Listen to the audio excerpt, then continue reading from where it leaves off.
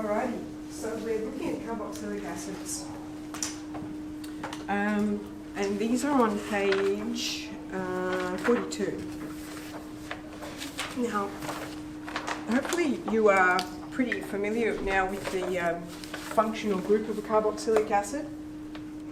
If I say that, does that mean anything to you? You could write the functional group of a carboxylic acid.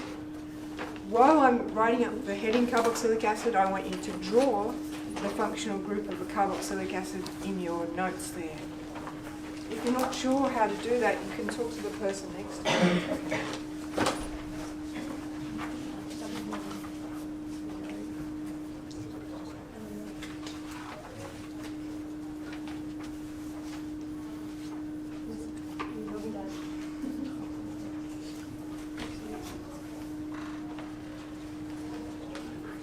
No, he's still not.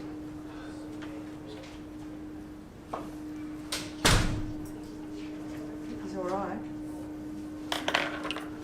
That's the functional group of a carboxylic acid. Were you all right? Okay, very good. And so what would we call this bit here? Just say the molecule went on. What do we call this bit? The structural group.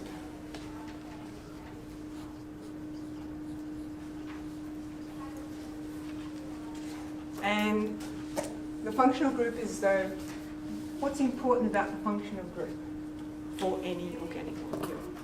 It's where the reaction occurs. Yep, so I can call that the site of reactivity. And the structural group just holds the molecule up, basically. You know, that holds it. And the important thing, I guess, about thinking about the functional group and the structural group in this way means that all acids will react the same. All carboxylic acids will react in the same way. It doesn't matter about this part here. And we can say that about our, all our primary alcohols will react in the same way. All of our aldehydes will react in the same way. Okay? So,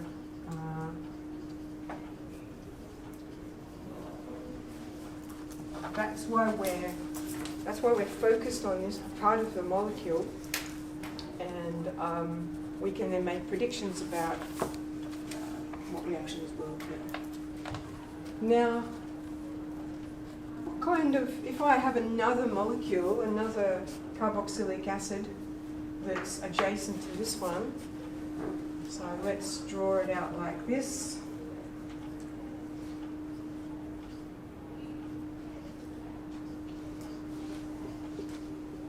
I want you to draw this in your book as well, and I want you to indicate the kind of bonding that's between them. What kind of intermolecular forces are present?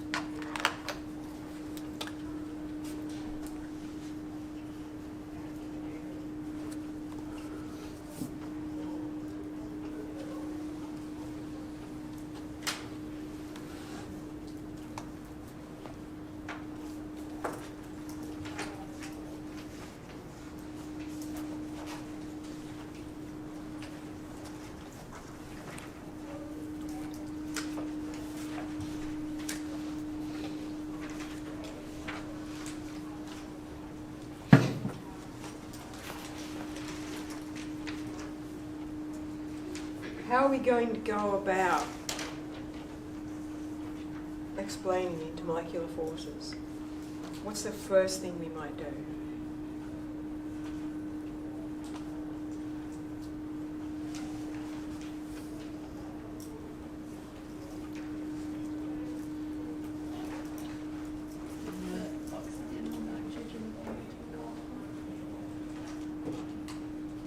Oxygen. Okay, so what you're saying there is you've been looking at the oxygen, looking for oxygens or nitrogens bonded to carbons. That's a good starting point.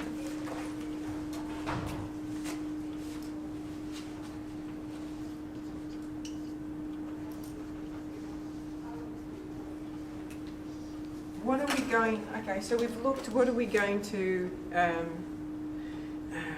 conclude when we look at these? Hydrogen bonding?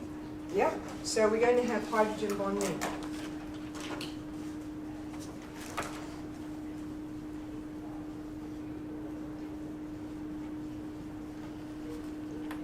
Any other intermolecular forces present?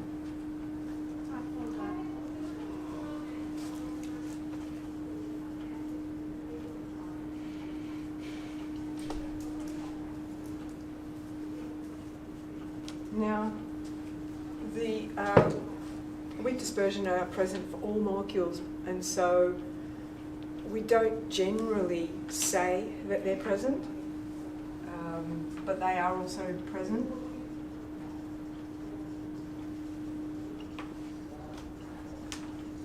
But we're not going to focus on them in any answer because these ones are far stronger than that. Oh, there you are.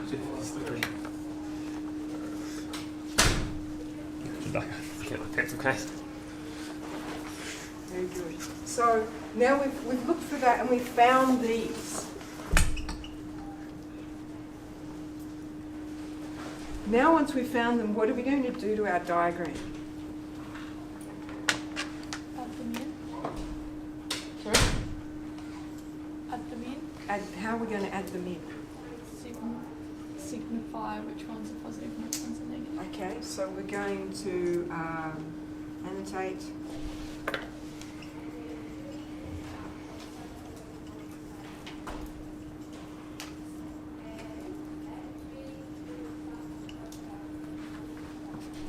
So we're going to have, this is delta negative, this is delta positive, delta, probably should move that one around a little bit.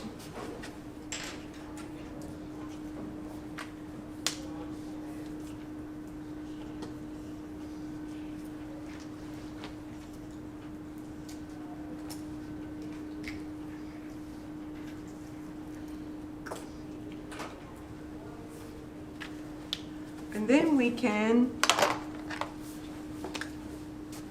so at the moment all we've done is we've indicated where these have the most significant impact on our molecule. Now we can show how these interactions are going to occur between the molecule. And just picking out some adjacent positives and negatives to show where they are attracting.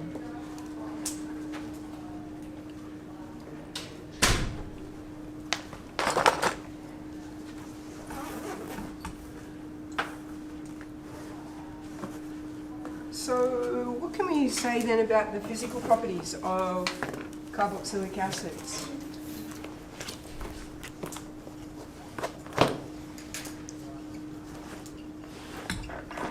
Now, whenever you're asked about the physical properties,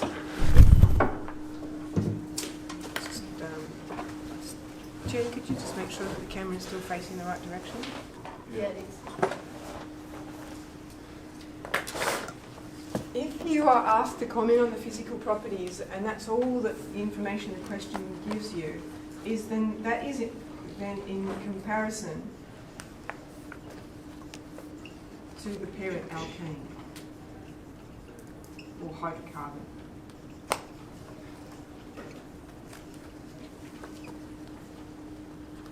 A question might also ask you to compare with another known substance. So it could also, might ask,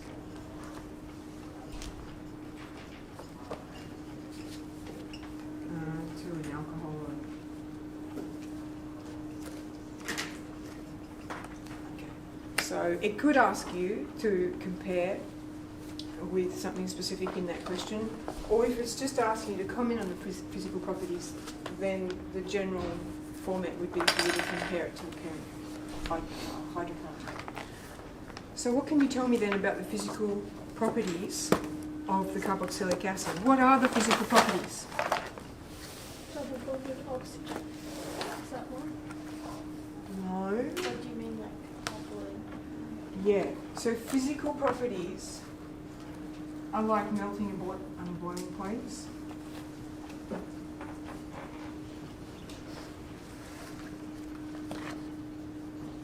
So with the oxygen there, that's more to do with the chemistry, so that's a chemical property. So physical properties there, we're thinking, what state is it in at room temperature, that sort of thing. So what can you tell me then about the physical properties of a carboxylic acid if we relate it back to the parent hydrocarbon? Higher melting and boiling points. Higher? Yep.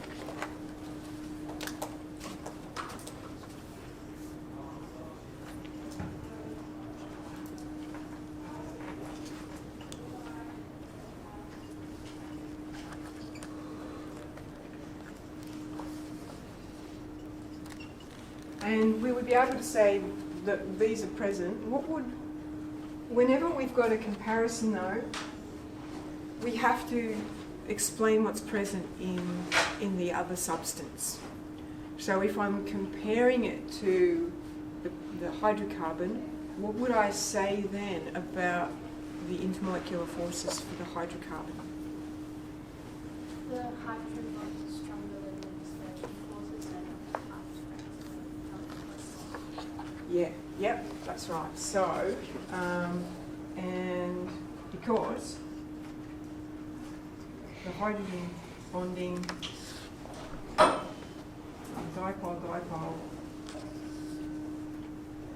bonding stronger than the weak dispersion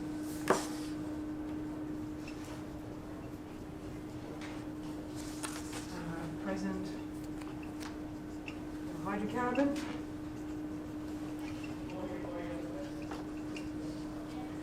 Okay, so we have to make sure that we say what the other one has. We can't just say, oh well, this is going to be higher because it's got this.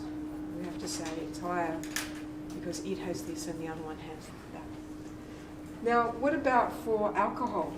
For if we were relating it back to, and we relate it to a primary alcohol because that would be a direct comparison, wouldn't it? Because the hydroxyl group is on the end of the carboxylic acid.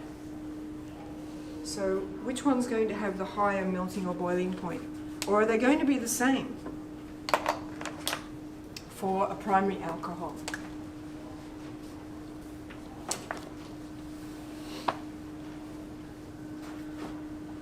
What do we think?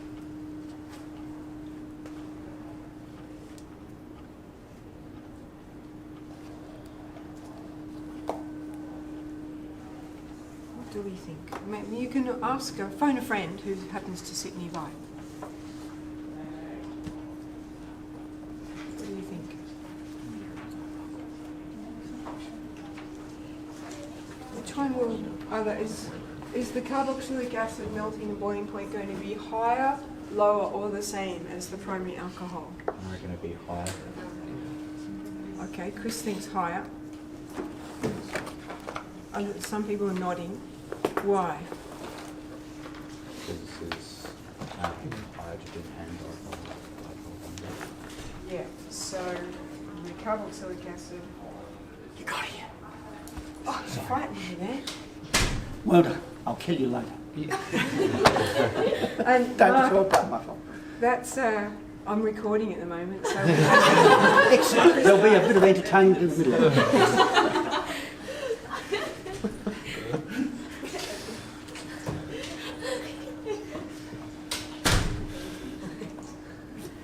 oh, frightening.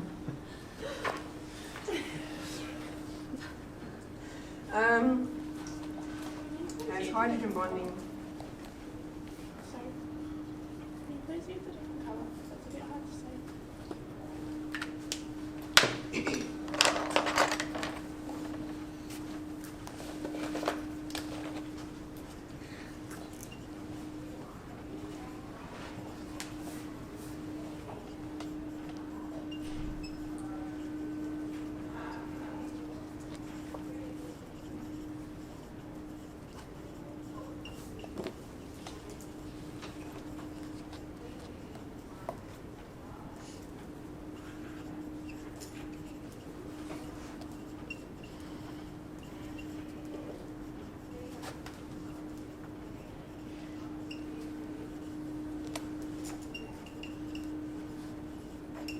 Now, normal, like, you could just write boiling point because most of these are going to be liquids and we're going to be looking at the liquid going to gas.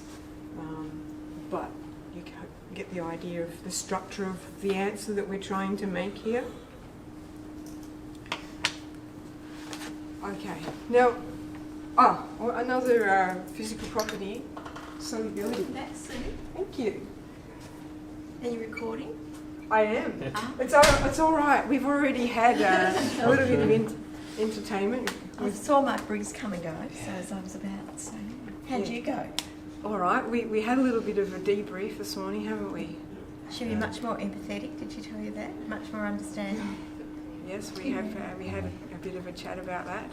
Yeah, I submitted my last essay for my master's unit on Sunday a week ago, and that was a bit of a hallelujah moment too. Yeah. Look, I feel I've like got I'm more floating. units to go, but the last one for this unit, yeah.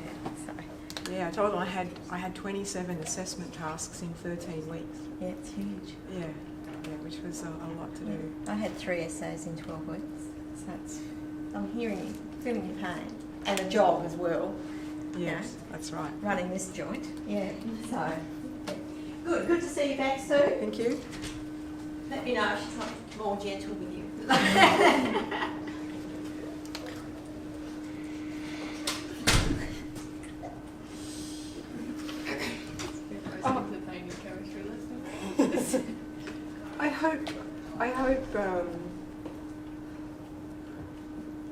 I hope I wasn't ungentle in the first place. I mean, it's not that I know it's hard what we're doing, and I try and illuminate it as best I can. But anyway, solubility is also a physical property. So we're talking specifically in water in this course. What can you tell me about solubility? It probably would be soluble in water because it has the hydrogen bonds. Now, do you remember that prac you did with, now who was your, that was with Craig when I was away. Do you remember what happened? Wasn't it as the chain gets longer, more insoluble? Yeah, and that's going to happen here too, isn't it? So, good remembering there, Jen, that for solubility, it's going to be high for short chains. Now, once you dissolve, you can't be more soluble than soluble, and so we know that ethanol and methanol and both very soluble in water, and so methanoic acid and ethanoic acid are also going to be soluble. But by the time we got to propanol, things were sort of looking a little bit cloudy, and I think by the time we got to butanol, it was obviously insoluble. So we might think that maybe propanoic acid would probably be more soluble than propanol. Yeah, because it's got dipole-dipole and hydrogen bonding. But as our chain length increases, our solubility will decrease.